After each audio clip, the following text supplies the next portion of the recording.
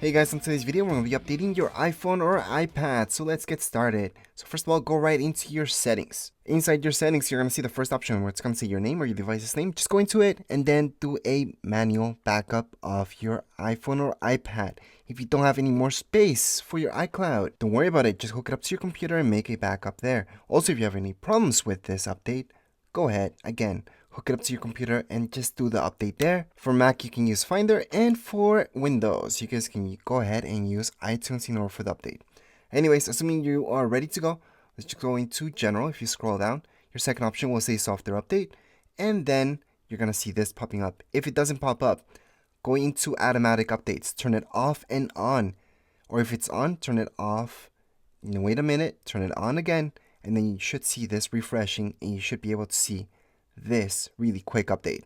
So we're going to go ahead and install now. If it didn't download already for you, you would see a download button, but for most of you, it's already going to be downloaded. So just tap on install. That one will turn off Apple logo loading bar, and then you're going to be done because it's an extremely quick update. Let's just hit uninstall now.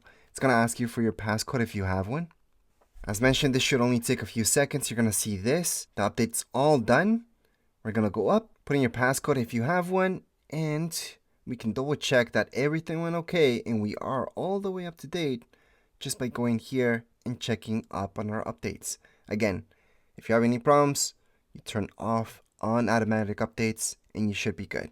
Which again, this would be extremely fast on your iPad as well. And that would be it for this video. If you guys have any comments, questions, you guys can write down here in the comments area. Don't forget to subscribe and like. Thank you.